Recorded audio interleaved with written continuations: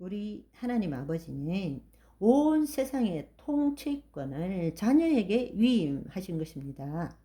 생육하고 번성하여 땅에 충만하라.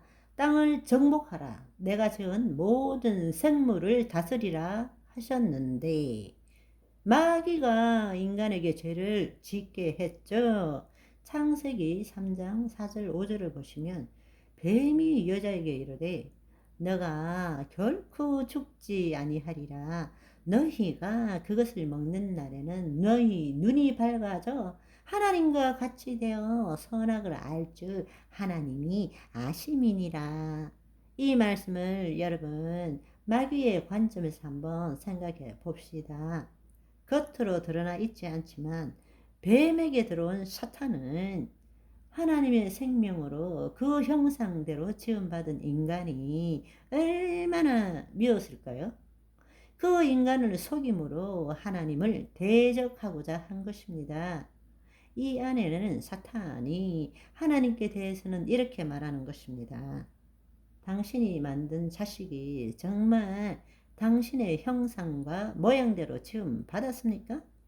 온 세상을 통치하는 권세를 가졌습니까? 어떤지 한번 보겠습니다. 인간에 대해서는 너희가 하나님 자식이라고? 그래? 어떤지 한번 볼까? 이런 악한 마음을 갖고 있는 것입니다.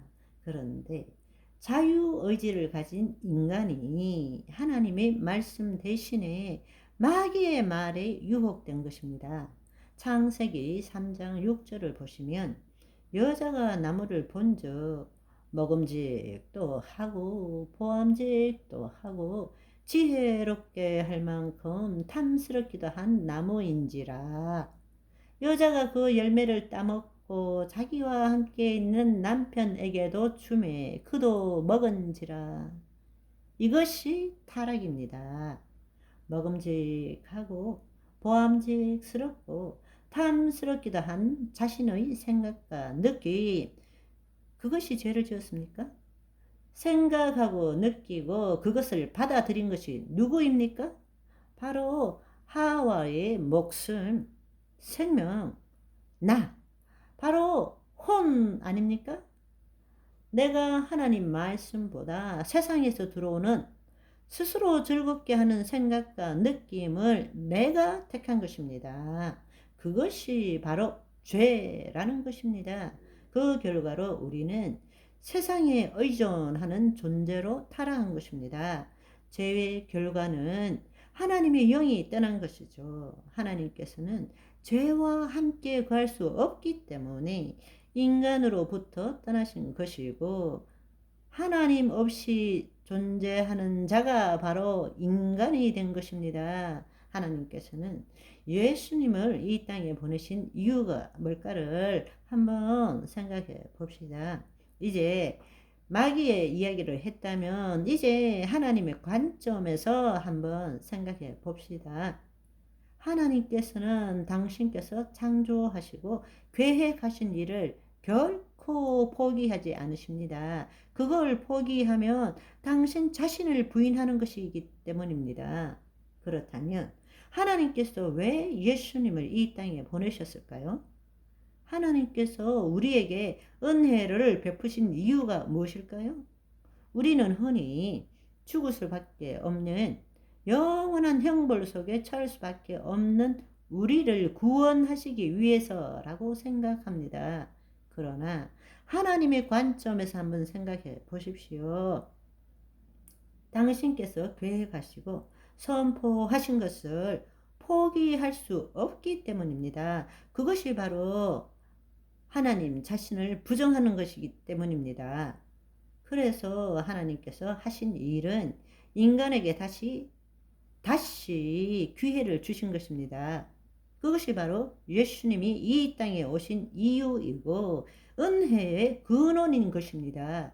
하나님께서 오직 은혜로 우리에게 다시 기회를 주신 것이 무엇입니까?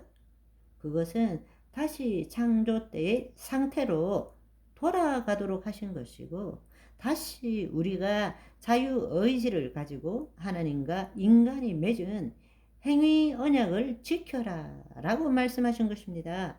그것을 위해서 다시 하나님의 영이 우리에게 임하시고 우리의 혼이 다시 자유의지를 가지고 마귀에게 순종하지 않고 더 이상 자신의 육신의 탐욕에 사로잡히지 않고 하나님의 말씀을 이루는 안식의 삶을 살도록 하신 것입니다.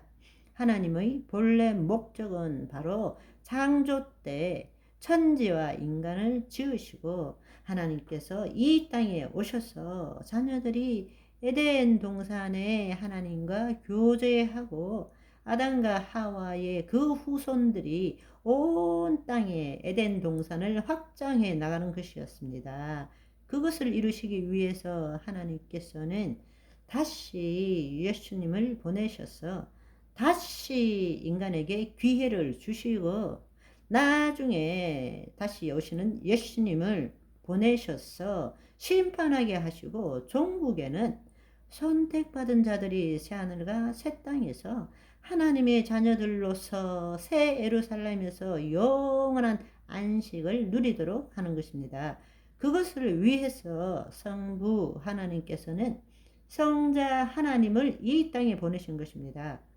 말씀이 육신이 되어 우리 가운데 거하시게 하신 것입니다.